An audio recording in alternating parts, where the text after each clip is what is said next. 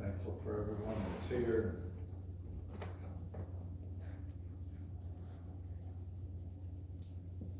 We want to read to you over in the 22nd chapter of Genesis. And it came to pass after these things that God did tempt Abraham, and said unto him, Abraham, and he said, Behold, here I am. And he said, Take now thy son, thine only son Isaac, whom thou lovest, and get thee into the land of Moriah, and offer him there for a burnt offering upon one of the mountains, which I will tell thee of. And Abraham rose up early in the morning, and saddled his ass, and took 2 of his young men with him, and Isaac his son, and clave the wood for the burnt offering, and rose up and went into the place of which God had told him. Then on the 3rd day Abraham lifted up his eyes, and saw the place afar off. And Abraham said unto his young men, Abide ye here with the ass, and I and the lad will go yonder and worship, and come again to you.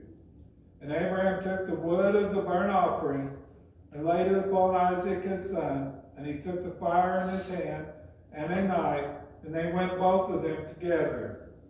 And Isaac spake unto Abraham his father, and said, My father? And he said, Here am I, my son. And he said, Behold, the fire and the wood, but where is the lamb for a burnt offering? And Abraham said, My son, God will provide himself a lamb for a burnt offering. So they went both of them together.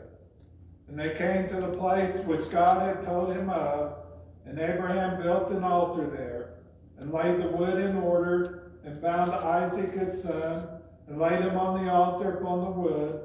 And Abraham stretched forth his hand, and took the knife to slay his son. And the angel of the Lord called unto him out of heaven, and said, Abraham, Abraham. And he said, Here am I.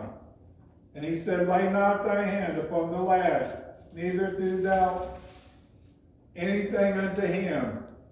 For now I know that thou fearest God, seeing thou hast not withheld thy son, thine only son, from me. And Abraham lifted up his eyes, and looked, and behold, behind him a ram caught in a thicket by his horns. And Abraham went and took the ram, and offered him up for a burnt offering in the stead of his son. And Abraham called the name of that place Jehovah-Jireh, as it is said to this day, In the mount of the Lord it shall be seen. You know, Abraham, he was a man well up there in years. He was probably, he was over 100 years old.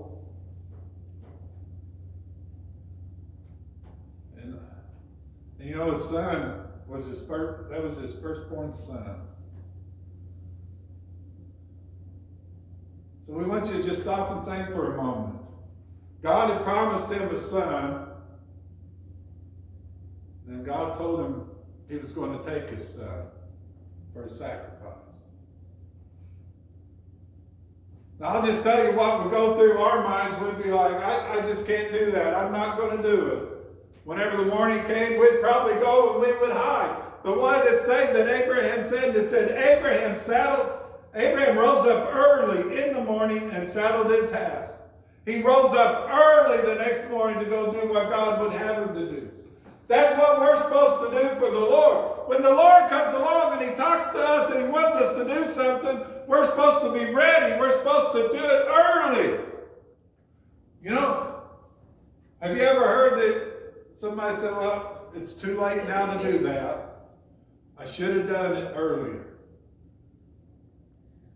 Well, that's the way life is. If we wait too long, it's too late. If you wait too long, it's going to be too late. You have to do it while the time is at hand. That's what Abraham did. Abraham, he didn't question the Lord. He didn't say, why are you taking my son? Why are you... You know, I'm an old man.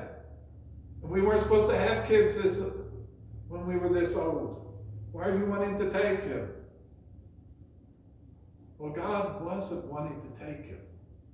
I want to read you one verse over in 1 Samuel 15, the 22nd verse. It said, and Samuel said, hath the Lord as great delight in burnt offerings and sacrifices as in obeying the voice of the Lord? Behold, to obey is better than sacrifice, and to hearken than the fat of rams.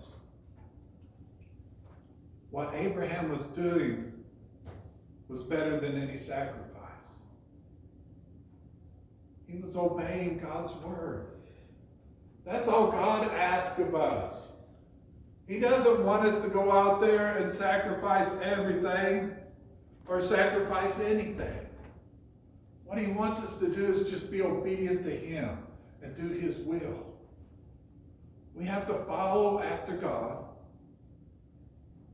and we have to be obedient. You know, nowhere does it say that he wants us to sacrifice anything to follow after him. You know, I'm not sacrificing anything to be a preacher for the Lord. I didn't sacrifice anything to get saved. When I got saved, I got the greatest gift there ever was, that there ever is, that there ever will be. So I didn't give up anything. You know who did? Jesus Christ. What did he do? He died on the cross. He's the one who sacrificed. He sacrificed himself so that we don't have to sacrifice anything. We don't have to sacrifice a thing. Jesus, he died on that cross. He rose the third day so that we could have hope. Hope eternal. That's what Jesus did. Jesus was the perfect sacrifice. There's never been a sacrifice in history that would even come close to Jesus. And then you stop and think about how people treat Jesus. Why would he sacrifice the way those people were treating him? Because he loved them. What did he tell God? What did Jesus tell God while he was on the cross? He said, forgive them, for they know not what they do. It's hard for us as man to comprehend a lot of stuff that God has in store, that God has planned, that goes on with the Lord. It's just hard for us to even fathom going to just being in heaven. It's hard to really picture it the way it is, because there's not words to describe it. But I will tell you, Jesus, he came along and he spoke to my heart one day. He spoke to me. He let me know that I was lost. And you know, I guess it took me a couple of years, but the older I get, it seems like it was no time. But he let me know I was lost. And one day, whenever I opened my heart and listened to him wholly, and I gave him my all, that's when he saved me. That's what he wants from us. He doesn't want us to sacrifice anything. He wants us to give him our whole heart to him. And that's all he asks. Why wouldn't we give our whole heart to the one who died on the cross so that we can have everlasting life? Why wouldn't we give our whole heart to the one who loves us unconditionally? The one who forgives us of everything that we do? Why wouldn't we give our whole heart to him? Because I'll tell you what, if you're not following after Jesus, you're following after the old devil. And the old devil doesn't care about you. The old devil, he didn't die for you. He didn't die on that cross for you.